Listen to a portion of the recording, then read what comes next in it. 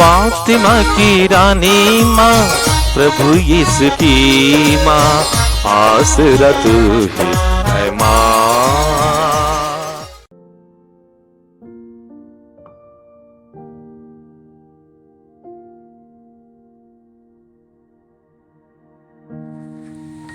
पहला पाठ प्रेरित चरित अध्याय 16 पद संख्याएं 1 से 10 तक। पौलुस देरबे और लिस्त्रा पहुंचा। वहां तिमोथी नामक एक शिष्य था जो ईसाई यहूदी माता तथा यूनानी पिता का पुत्र था। लिस्त्रा और इकोनिया के भाइयों में उसका अच्छा नाम था। पौलुस चाहता था कि वह यात्रा में उसका साथी बने। उस प्रदेश में रहने वाले यहूदियों के कारण उसने तिमोथी का खतना कराया, क्योंकि सब जानते थे कि उसका पिता यूनानी है। वे नगर नगर जाकर यरूशलेम में प्रेरितों तथा पुरोहितों द्वारा किए हुए निर्णय सुनाते तथा उनके पालन का आदेश देते थे। इस प्रकार कलीसियाओं का विश्वास दृढ़ होता जा रहा था और उनकी संख्या दिन दिन बढ़ रही थी। जब पवित्र आत्मा ने उन्हें एशिया में वचन का प्रचार करने से मना किया तो उन्होंने फ्रीजिया तथा गलातिया का दौरा किया। मिसिया के सीमांतों पर पहुंचकर वे बिथिनिया जाने की तैयारी कर रहे थे कि यीशु के आत्मा ने उन्हें अनुमति नहीं दी। इसलिए वे मिसिया पार कर त्रोआस आए। वहां पौलुस ने रात को एक दिव्य दर्शन देखा। एक मकेदोनी उसके सामने खड़ा होकर यह निवेदन कर रहा था, आप समुद्र पार कर मकेदोनिया आइए और हमारी सहायता कीजिए। इस दर्शन के बाद हम यह समझकर तुरंत मकेदोनिया जाने का अवसर ढूंढने लगे कि ईश्वर ने वहां सुसमाचार का प्रचार करने के लिए हमें बुलाया है। यह प्रभु की वाणी है। ईश्वर को धन्यवाद। भजन अनुवाक्य। हे समस्त पृथ्वी प्रभु की स्तुति करो। हे समस्त पृथ्वी प्रभु की स्तुति करो। हे समस्त पृथ्वी प्रभु की स्तुति करो। आनंद के साथ प्रभु की सेवा करो। उल्लास के गीत गाते हुए उसके सामने उपस्थित हो जाओ। अनुवाक्य। हे समस्त पृथ्वी प्रभु की स्तुति करो। हे समस्त पृथ्वी प्रभु की स्तुति करो। यह जान लो कि वही ईश्वर है, उसी ने हमको बनाया है, हम उसी के हैं, हम उसकी प्रजा, उसके चारेगाह की भेड़ें हैं। अनुवाक्य। हे समस्त पृथ्वी प्रभु की स्तुति करो। हे समस्त पृथ्वी प्रभु की स्तुति करो। ओह, ईश्वर कितना भला है, उसका प्रेम चिरस्थायी है, उसकी सत्य प्रतिज्ञता युगानुयुग बनी रहती है। अनुवाक्य। हे समस्त पृथ्वी प्रभु की स्तुति करो। हे समस्त पृथ्वी प्रभु की स्तुति करो। जय घोष। हालेलुया। आप लोग मसीह के साथ ही जी उठे हैं जो ईश्वर के दाहिने विराजमान है, इसलिए ऊपर की चीजें खोजते रहे। हालेलुया। प्रभु आप लोगों के साथ हो और आपकी आत्मा के साथ। संत यूहन्ना के अनुसार पवित्र सुसमाचार। हे प्रभु तेरी महिमा हो। अध्याय 15 पद संख्याएं 18 से 21 तक। यीशु ने कहा, यदि संसार तुम लोगों से बैर करे तो याद रखो कि तुमसे पहले उसने मुझसे बैर किया।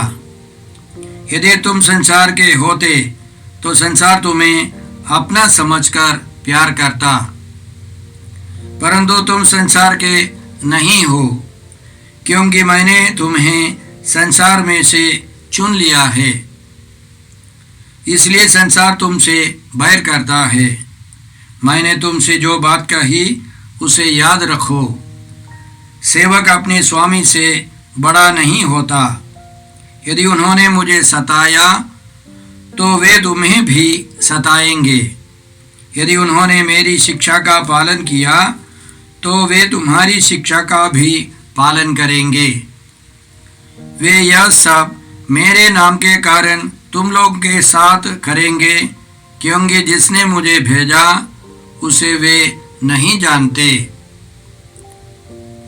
यह प्रभु का सुसमाचार। हे ख्रिस्त तेरी स्तुति हो। जय यीशु क्रिस में प्रिय भाई और बहनों, आज के पहले पाठ में हम लोगों ने सुना अध्याय 16 पद संख्या 1 से कि पवित्र आत्मा ने आदिम कलीसिया के सदस्यों को, संत पौलुस, बरनबास और उनके साथियों को मार्गदर्शन किया। वैसे तो यीशु का आदेश था संसार के कोने कोने में जाकर सारी सृष्टि को सुसमाचार सुनाओ। मत्ती के सुसमाचार में यीशु का आदेश है सभी राष्ट्रों को शिष्य बनाओ। फिर भी परिस्थिति के अनुसार पवित्र आत्मा ने कहा कि एशिया में अभी प्रचार नहीं होना है। बिथुनिया में अनुमति नहीं मिली तो वे लोग त्रोआस आए और संत पौलुस ने एक दिव्य दर्शन देखा। उसमें एक मकेदुनियाई व्यक्ति उनसे बोल रहा था कि आप लोग समुद्र पार कर मकेदुनिया आइए और हमारी सहायता कीजिए। तब उन्होंने समझ गया ईश्वर की आज्ञा है, पवित्र आत्मा का आदेश है कि वहां जाकर सुसमाचार सुनाए। इसी तरह परिस्थिति के अनुसार क्या करना है, कैसे करना है, पवित्र आत्मा सिखाता था। हम लोग एक महत्वपूर्ण बात इस पाठ में सुनते हैं।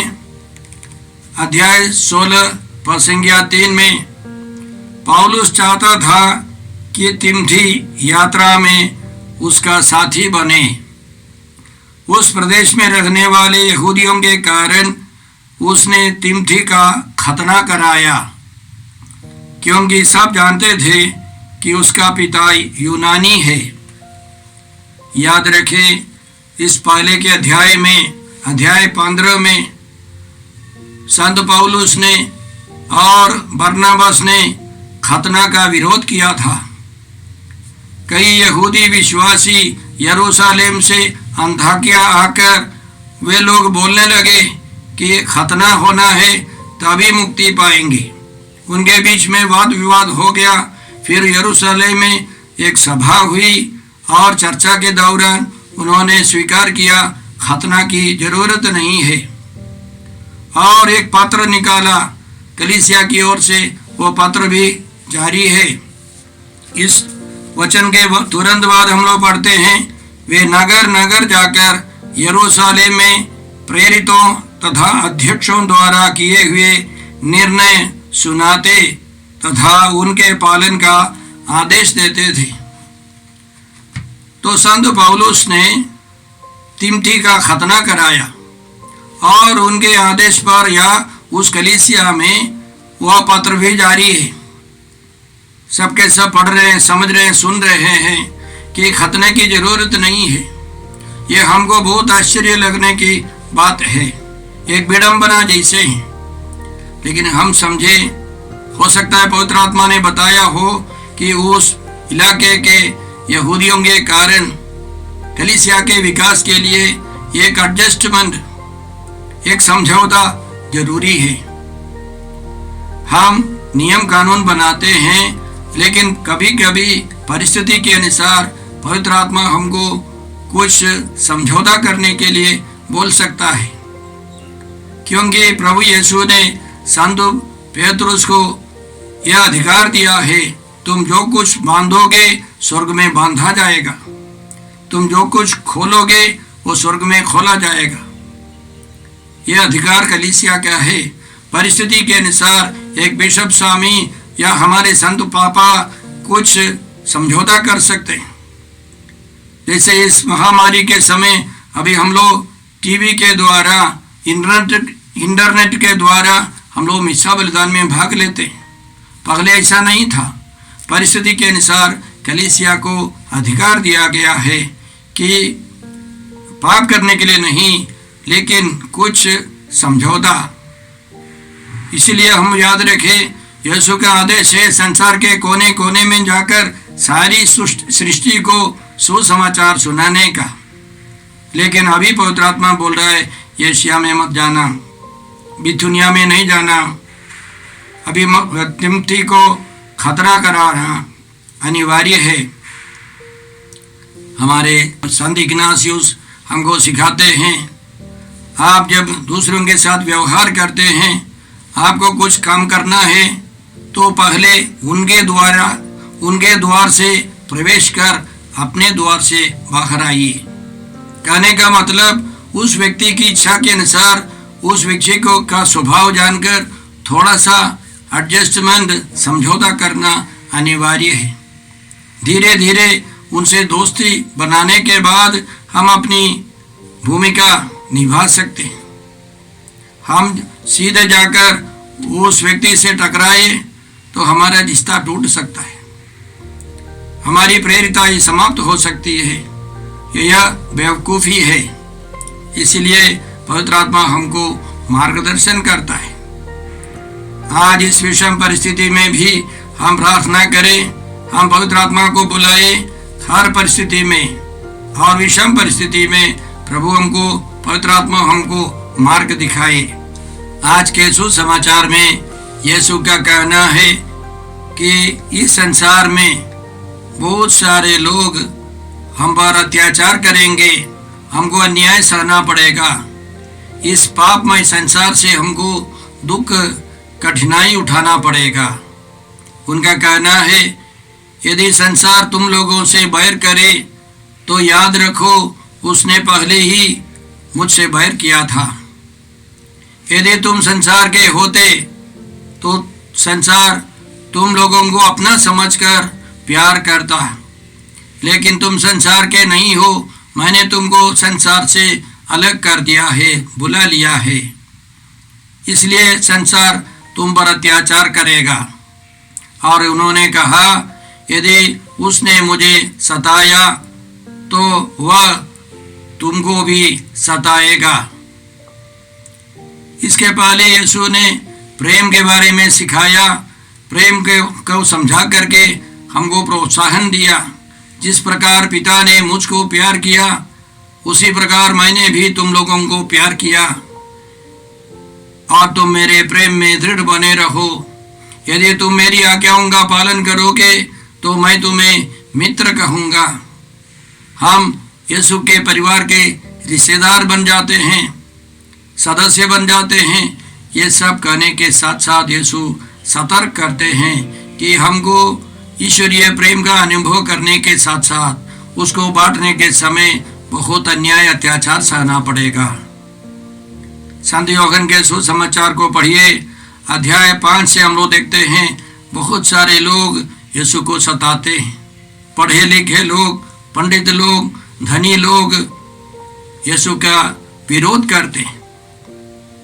और अध्याय 7 में यीशु ने अपने ही रिश्तेदारों को समझाया इसका कारण क्या है।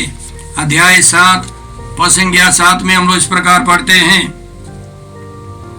संसार तुमसे बैर नहीं कर सकता, किंतु वह मुझसे बैर करता है। संसार मुझसे बैर करता है क्योंकि मैं उसके विषय में यह साक्ष्य देता हूँ कि उसके काम बुरे हैं। यीशु खोल करके पापमय संसार के लोगों को समझाते थे कि तुम्हारे कर्म बुरे हैं। वे लोग यह सुनना नहीं चाहते, वो स्वीकार करना नहीं चाहते। इसलिए संसार, पापमय संसार यीशु का विरोधी है, विरोध करता है। और आज के सुसमाचार में यीशु कहते हैं कि वे लोग इसी तरह क्यों करते हैं, क्योंकि वे लोग पिता ईश्वर को और यीशु को नहीं पहचानते हैं, नहीं जानते।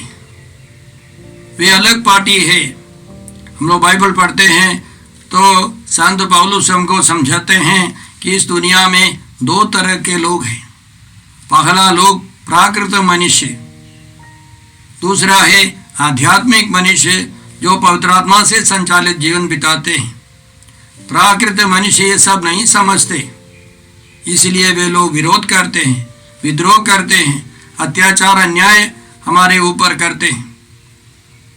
संत पौलुस को इस रहस्य के बारे में मालूम था, इसलिए तिमोथी के नाम दूसरे पत्र अध्याय 3 पद संख्या 12 में हम लोग इस प्रकार पढ़ते हैं, वास्तव में जो लोग मसीह के शिष्य बनकर भक्तिपूर्व जीवन बिताना चाहेंगे उन सबको अत्याचार सहना ही पड़ेगा। उन सबों को अत्याचार सहना पड़ता है। जो यीशु के साथ रहकर भक्तिपूर्ण जीवन बिताता है उसको अन्याय अत्याचार सहना है। जैसे हम लोग अच्छा खाना बनाए लेकिन उस भोजन में हम लोग नमक नहीं डाले तो उस भोजन का कोई स्वाद नहीं होगा। उसी तरह केवल हमारे जीवन में प्यार है, प्यार का अनुभव है, हम लोग प्यार बांटते हैं लेकिन अन्याय अत्याचार नहीं सहते तो ख्रिस्तीय जीवन पूर्ण नहीं है। यीशु को खुद सहना पड़ा तो हमको भी उसके समान, उस यीशु के समान हम लोगों को भी अन्याय अत्याचार सहना है।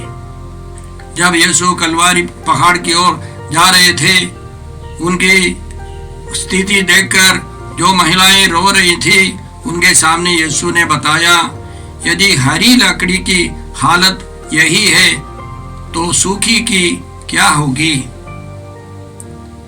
यदि यीशु ने अत्याचार सहा, हम लोगों को भी अत्याचार सहना है।